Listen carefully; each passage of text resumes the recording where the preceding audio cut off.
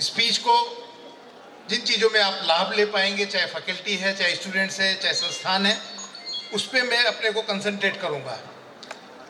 सबसे पहले मैं बच्चों से स्टार्ट करूंगा। बच्चों के लिए एआईसीटीई में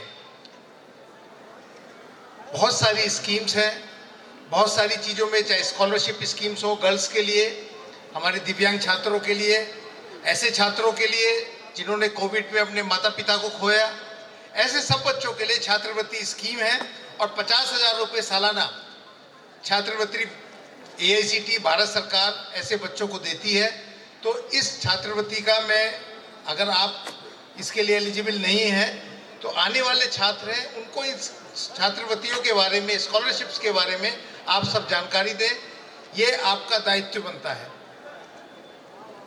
एक स्कीम जो बच्चों के लिए सबसे ज़्यादा लाभप्रद है, क्योंकि अब जो सोसाइटी है, जिस तरीके का कल्चर है, केवल नॉलेज से आपको काम नहीं चलता। खालिस अगर खालिस आपके पास नॉलेज है, अकेली अगर आपके पास नॉलेज है, अगर नॉलेज के साथ स्किल्स नहीं है तो आपका एम्प्लॉयमेंट की अपॉर्चुनिटीज़ उतनी ही कम हो जाती है। तो आपकी सबकी जिम्मेदारी, कुछ स्किल्स आपको करिकुलम के माध्यम से, कॉलेज के माध्यम से आपको मिलती हैं, जो आपके करिकुलम में डाला गया है। कुछ स्किल्स आपको अपने आप एक्वायर करनी होंगी।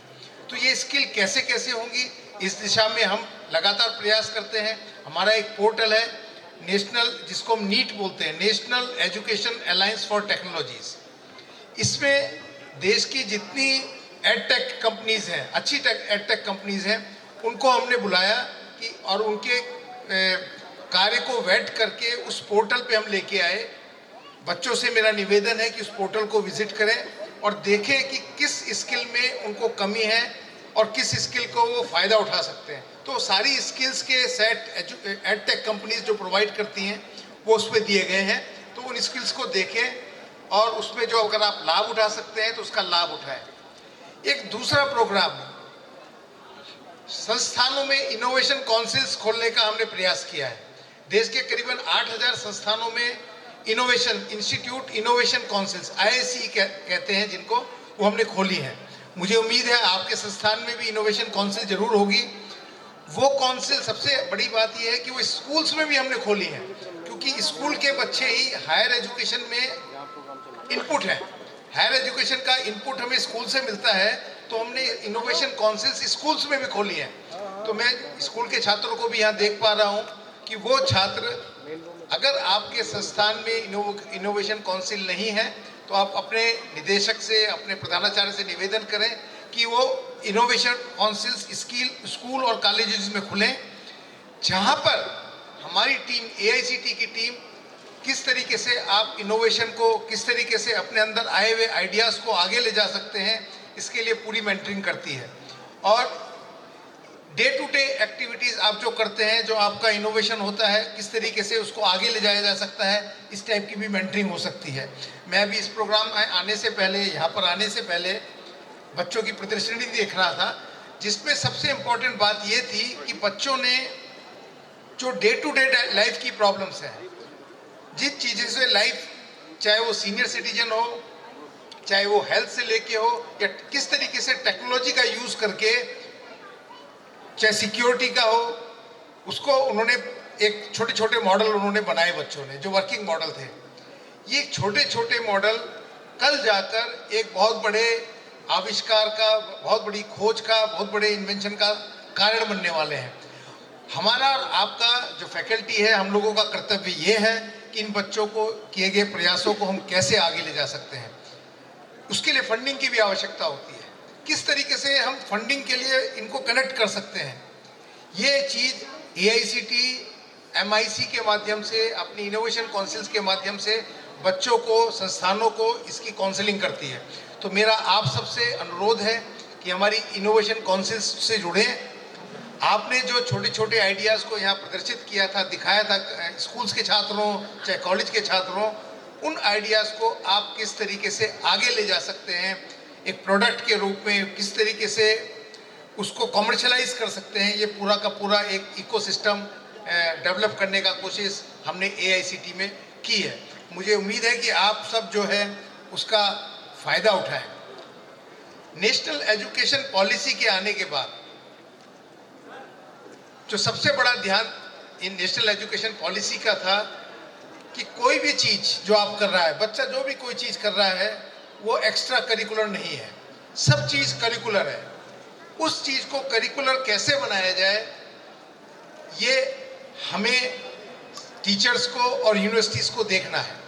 लेकिन अगर इसमें कहीं देर है तो इस चीज को कि उसमें देर हो रही है तो बच्चों को उससे पीछे नहीं हटना है, उन स्किल्स को एक्वायर करना है। आने वाली जो पॉलिसी, अगर जिस यूनिवर्सिटी में जब भी नेशनल एजुकेशन पॉलिसी ठीक तरीके से पूर्णतः लागू होगी, पार्शली लागू हुई है, तो आप पाएंगे जो भी आप काम करते हैं उसके क्रेडिट्स अर्न करेगा बच्चा और वो क्रेडिट्स उसके डिग्री में काउंट होंगे। तो ये प्रयास भारत सरकार का है, नेशनल एजुकेशन पॉलिसी के माध्यम से बच्चों के किए गए कार्य को क्रेडिटाइज किया जा सकता है। एक चीज जिसका मैं उल्लेख करना चाहूँगा, आपके लिए थोड़ी सी नई हो सकती है,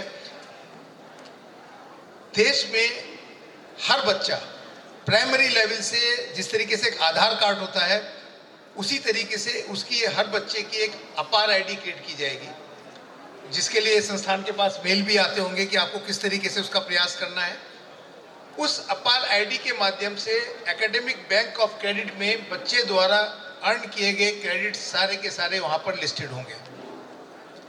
अगर आपने बच्चों ने, स्टूडेंट्स ने अपनी अपार आईडी क्रिएट नहीं की है तो मैं आपसे निवेदन करूंगा कि आप उस अपार आईडी को क्रिएट करें। ये हर बच्चे के लिए आवश्यक है। कल को अगर आप जॉब में जाते हैं, आपकी डिग्री का ऑथेंटिकेशन करने के लिए कंपनीज अब यूनिवर्सिटीज को अप्रोच नहीं करेंगी, वो आपका एबीसी पोर्टल और अपार आईडी के माध्यम से आपका पूरा डाटा फैच करेंगी, पूरा डाटा देखेंगी और आपके क्रेडेंशियल्स को वेरीफाई करेंगी। तो ये एक बहुत बड़ा प्रयास भारत सरकार का है। ये इसमें आपका सहयोग, आपके फायदे के लिए किया गया प्रयास, इसका आप पूरा का पूरा फायदा उठाएं। इसमें सब बच्चों से मैं अनुरोध करूंगा कि आप एनरोल करें। फैकल्टी के लिए मैं बताना चाहूँगा कि क्यूआईपी में फैकल्टी को अपनी क्वालिफिकेशन अपग्रेड करने का मौका भारत सरकार देती है। क्यूआईपी का में आप स्कीम में आप इंजीनियरिंग कॉलेज के अगर फैकल्टी हैं तो आप पीएचडी के लिए भारत सरकार के उच्च संस्थानों में आप पीएचडी प्राप्त कर सकते हैं।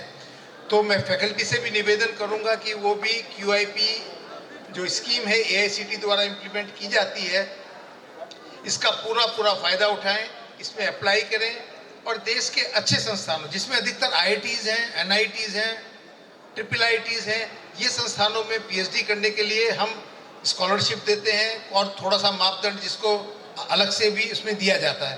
तो ये फैकल्टी के लिए एक बहुत बड़ा साधक हो सकता है। आप इसमें पार्टिसिपेट करके जो फैकल्टी पीएचडी नहीं है वो अपनी क्वालिफिकेशन को बढ़ा सकती है।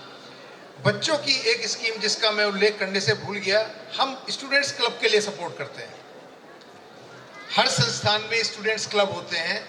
उन संस्थानों को, क्लब्स को, अगर आपके संस्थान में बच्चों के क्लब हैं तो एआईसीटी को अप्रोच करें, हम उनके लिए सपोर्ट करते हैं।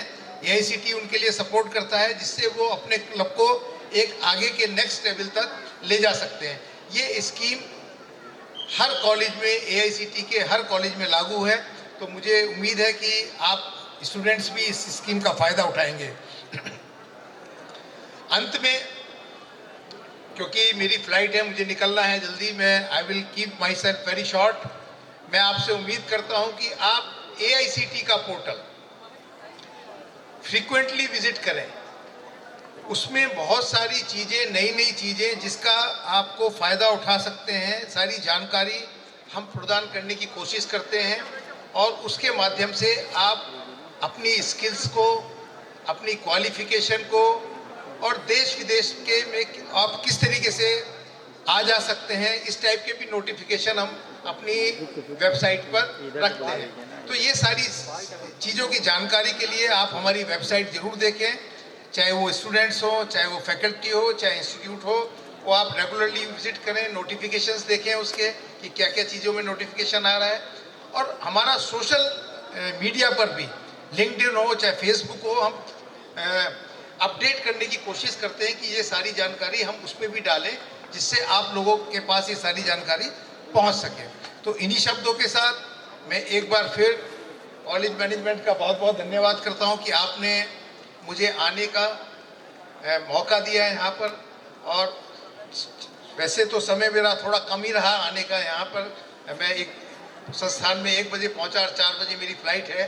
तो नेक्स्ट टाइम मैं प्रॉमिस करता हूँ जब आऊँगा तो यहाँ बच्चों के प्रोजेक्ट्स भी मैं ठीक से देखूँगा और आप लोगों से इंटरेक्शन करने का मौका भी मिलेगा।